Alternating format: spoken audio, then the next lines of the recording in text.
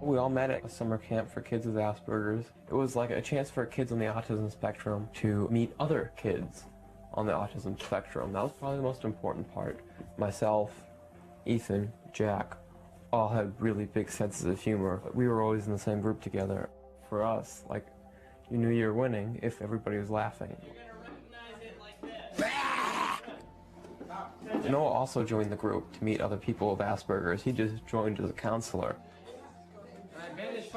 I was in a group with Ethan and me, Michael, and Noah was one of our counselors, and by that point we had pretty developed senses of humor, and like, we were actually sort of objectively funny. Well, as objective as humor can be. They became some of my really good friends at that camp, to a point where we started hanging out outside as well. Well, some of us had the idea to start a comedy group. So that's how Aspergers Are Us was born. Well, these guys were 17 when this troupe started. So 3 or 4 17-year-olds and me, and it was very much like the work I have to do as a camp counselor of, I'm going to separate you guys right now, take 2 minutes, and then talk to each other like adults. For a long time, the only way I could be liked by people was by making jokes and being funny. That's still by far the easiest way I can relate to people. This is my high school graduation photo. By the time I graduated from high school, I was voted the class. I was voted most outgoing by the class, which is insane.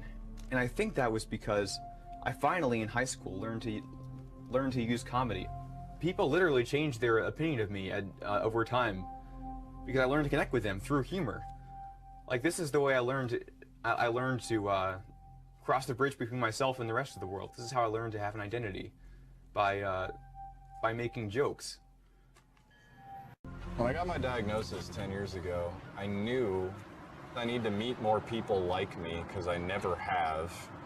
I spent 20 years in utter isolation and confusion. And 2 is, I have to make it so no one else has to do that. This is my diagnosis, the actual first time I ever got diagnosed on the autism spectrum. You have this, here's the good sides of it, good luck. And I skipped home because I felt freer than I ever had. And I was just, it explained everything that had ever happened to me that didn't make sense. 20 years. It made me feel sad in a way that you cock-blocking my creativity did, because it made me have to watch myself. That's a mean thing to say. I know, and I don't know how else to say it, because it made me feel really bad, because I was like... You know what, a lot of the times the things you say make me feel really bad. For instance, when we're together and you just in a monotone voice say, that's stupid, or that's not a good joke, when it's just totally not necessary. You do this all the time, so... Because I gave very, very valid reason. If you guys want, we can make this like our White Album, where you come up with a bunch of sketches, and I come up with the superhero phallus idea, and you guys throw in contributions as needed to either one, and we come together, and then we make a full show that's like 2 halves put together. Yeah. Superhero palace and sketches. Yeah. I like this idea. Yeah. Because it's funny. Give it a whirl. See where we stand. Ideally, we would rehearse all day Saturday, right? yeah.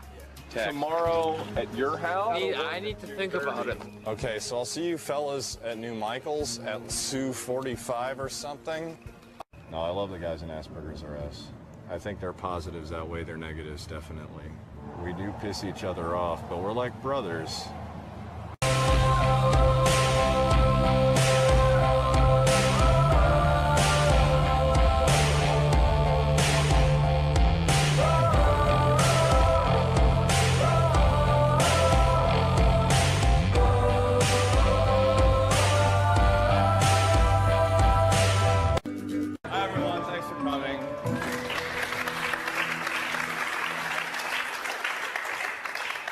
We're Aspergers Are Us. We're really, really grateful that you're here. It's true we're the first comedy troupe composed of people on the autism spectrum. So if we're not funny, blame it on Ethan's disability. I was born with no soul.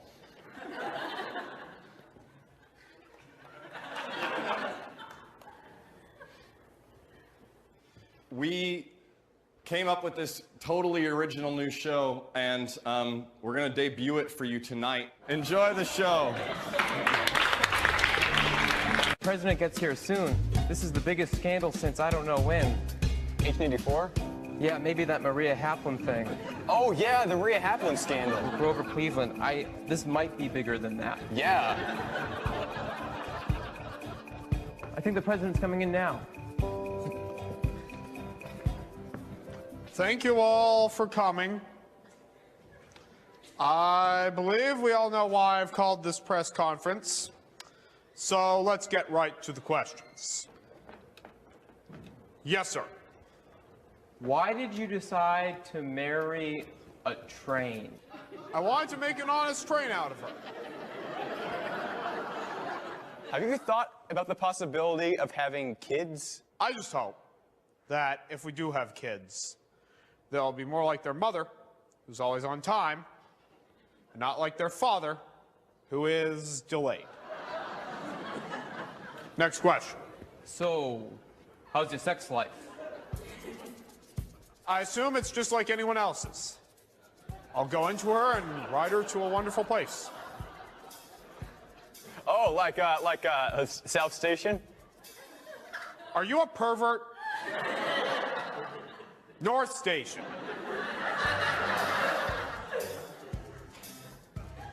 First of all, yes, I am a pervert. Thank you for your honesty. Great idea, train schedule, man. I like it. No problem. After all, the train is the best way to travel. Shut up! The bus is the best way to travel. We will ride the number 1 out of Newburyport and transfer in Lynn to the number 47. Bus schedule man, my arch nemesis. You just relax. Okay, yeah, thanks, condescending man. You're welcome. I'm glad we had this little chat. Yeah. Thank you!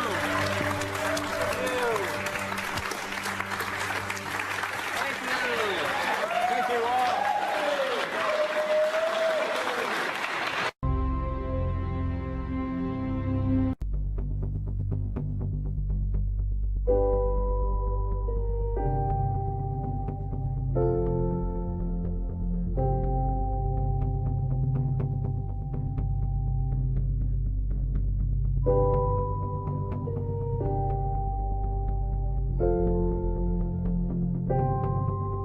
It's been a year and a half since we were together last, and a lot's changed.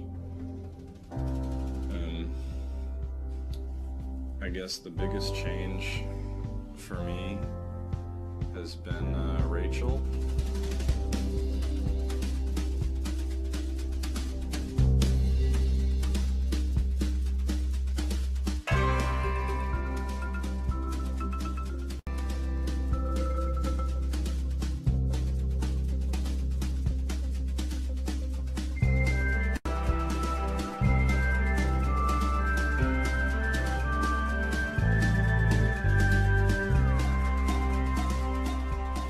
This interest in trains and transportation, started as a perseveration, but it's really become more of a career path for me. And I think that puts me at a pretty good advantage.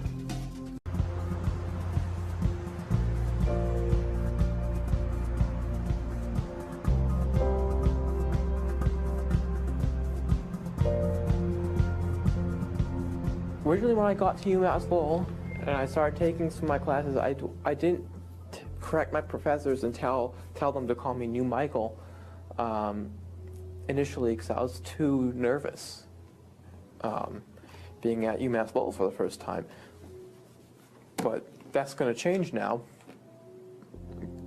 It started to change at the end of the semester, and I'm not going to be afraid to do it anymore.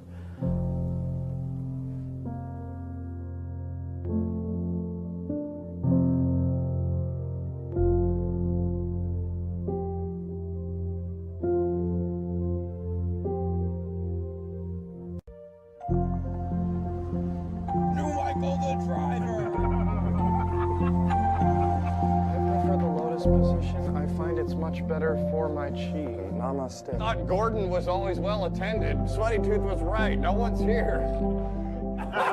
Yes. Yes. The bell there. Did you write that in? Yes. So it says, I respect your religious practice. Stephen Shore, autistic professor, said, if you've met one person with autism, you've met one person with autism. I hope that makes sense. We're not all the same.